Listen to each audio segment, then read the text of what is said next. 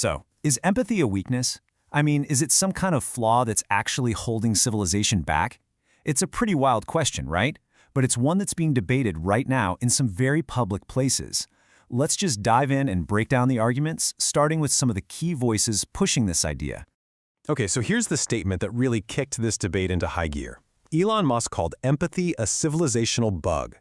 He suggested that our ability to feel for other people is being exploited, leading to what he calls suicidal empathy. It's a really stark way of framing compassion not as a strength, but as a serious liability. And this isn't just an isolated opinion, you know? A few years before Musk's comments, political activist Charlie Kirk made it really clear where he stood.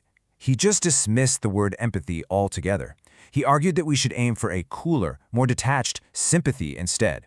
It's like saying, I can acknowledge your suffering, but I'm not going to feel it with you. So taken together, you can see this trend starting to build, really questioning the value of compassion. All right, so that brings us to our first section. We're going to look at how empathy, a concept that, let's be honest, most of us probably see as a good thing, has suddenly come under fire. This idea really flips a traditional virtue on its head. The argument that's being pushed is that our compassion, that instinct to care for people who are struggling, isn't a strength anymore. Instead, it's being framed as a critical flaw, one that could even put a culture's survival at risk. It's a huge challenge to what many of us think of as a core moral value. Now, this might feel like a very modern 21st century debate, right? Fueled by social media and big personalities. But what if I told you that this suspicion of compassion goes way, way back? It has some very deep historical roots. Okay, so let's wind the clock back, way back. We're talking nearly 2,000 years ago. We're going to look at an ancient suspicion of pity, a feeling that was being debated long before the word empathy was even a thing. So check this out. This comes from the Stoics, the famous ancient Greek and Roman philosophers. For them, pity wasn't a virtue.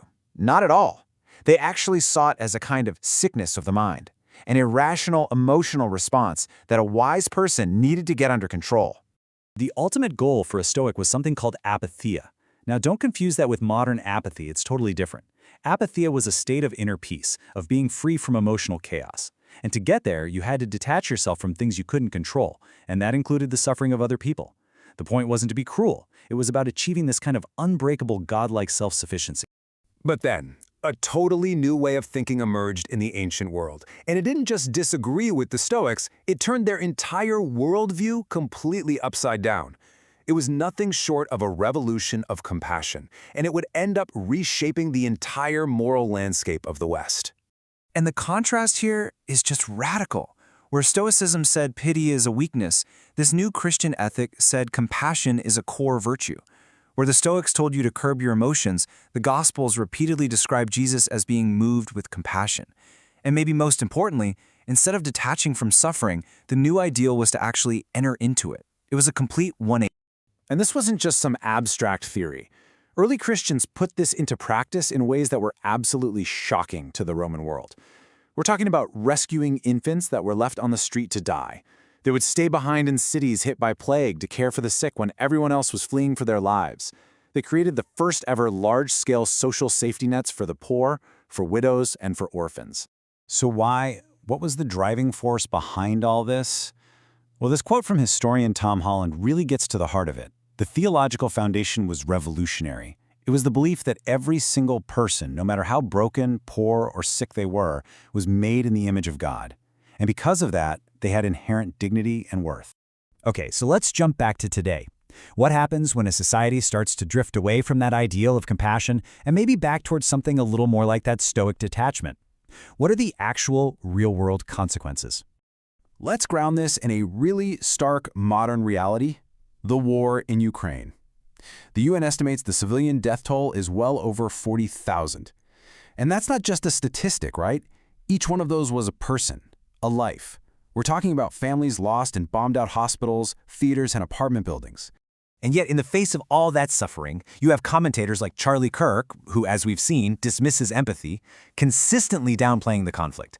Calling it a border dispute is a rhetorical choice. You can see how that language works, right? It distances you from the huge human cost on the ground.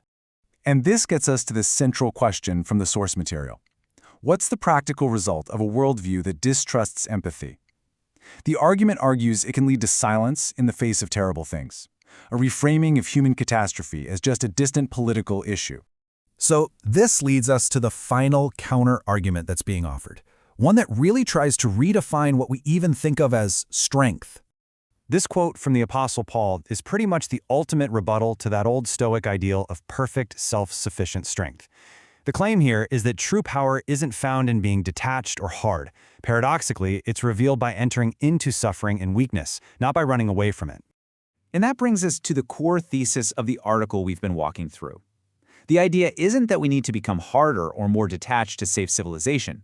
The argument is that, historically, civilization has been renewed and made more humane by the very compassion that is now being called a weakness.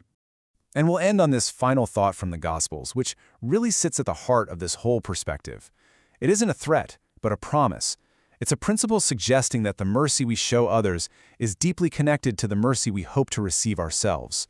So it leaves us with a question. Is that a principle of weakness? Or is it maybe a principle of the most profound and lasting kind of strength?